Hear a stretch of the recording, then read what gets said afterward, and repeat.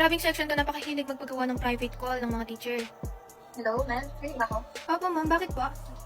Paano nasagot ng napakabilis yung test reviewer na sinando sa YouTube? Nasa isang oras na. Ay, nagpatulong po kasi ako sa black box.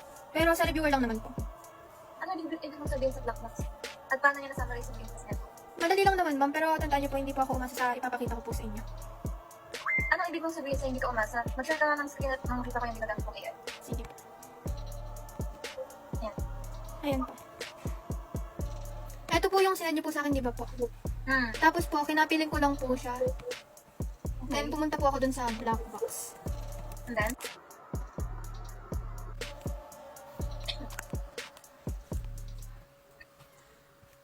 Bale, ito po yung AI na ginamit ko ma'am.